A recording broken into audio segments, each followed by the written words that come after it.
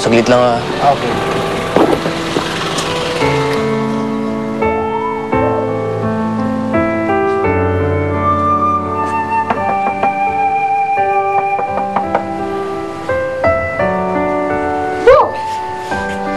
Ay, Ninong. Kala ko po, umalis ka na eh. Hanap niyo po ba si nanay? Tumahan na ako dito dahil babalik na ako Maynila. Gusto ko lang magpaalam sa inyo. Siya nga pala, para sa'yo ito. Cellphone. Baka po magalit na naman si nanay. Ako ba naman, ilang taon na rin ako walang regalo sa'yo. Marami na akong utang sa'yong Pasko.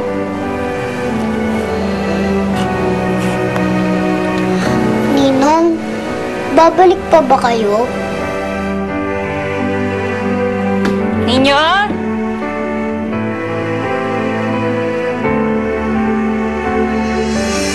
Ninyo? Sinong kausap po dyan? Pwede po ba ako tumawag sa inyo? Ninyo? Sino yung kausap mo? Ninong, huwag na po kayo mag-away ni nanay. Di ba kala ko umalis ka na? Ninyo? Pasok sa loob. Ninong.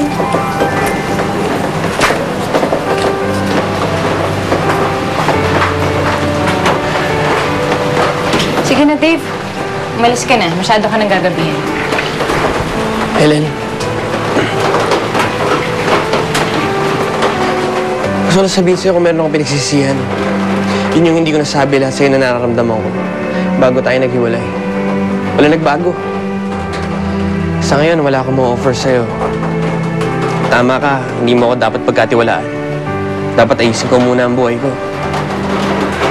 Aalis muna ako. Para ayusin ang sarili ko. Pero kung gusto mo, sana pagbalik ko, may balik natin ang dati. 5 taon na rin na nakalipas. Sana makapaghintay ka.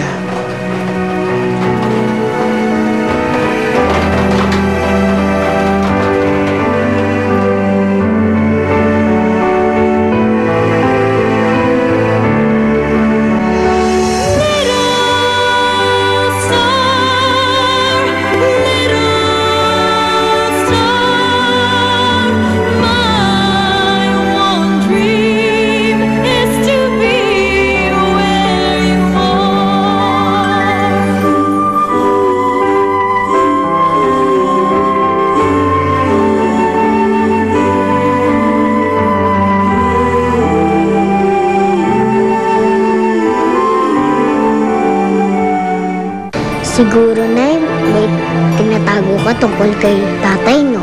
Bakit ayaw niyo po siya pag-usapan? E paano yan, Dave? Kasal ka pa rin. Nakasimbihan ka, hindi ka papakawalan nun. Huwag mo masyadong isipin ang ninong Dave mo. Baka mamaya hindi na bumalik yun. Masyadong sumama ang loob mo, malungkot ka. Hindi ko na dapat patagalin to. Bukas na bukas, kailangan ko na siyang kausapin. Wala ka ng pera, Gwyneth? Naghihirap ka na? Ano ba, teka, naiilang ako. Teka, ano bang klaseng pictorial to, ha? Kung patatalunin ka nila sa falls na walang saplot, tumalon ka. Kung pag-uubarin ka nila, gawin mo! Alam naman natin lahat, di ba? Na anak ko ang pambato dito sa bayan na to. Mapapahiya lang yan si Ninyo. Dapat idaan natin lahat sa contest. Kung sino ang mananalo, siyang ipapalabas natin sa TV. Sasali na po ako sa contest.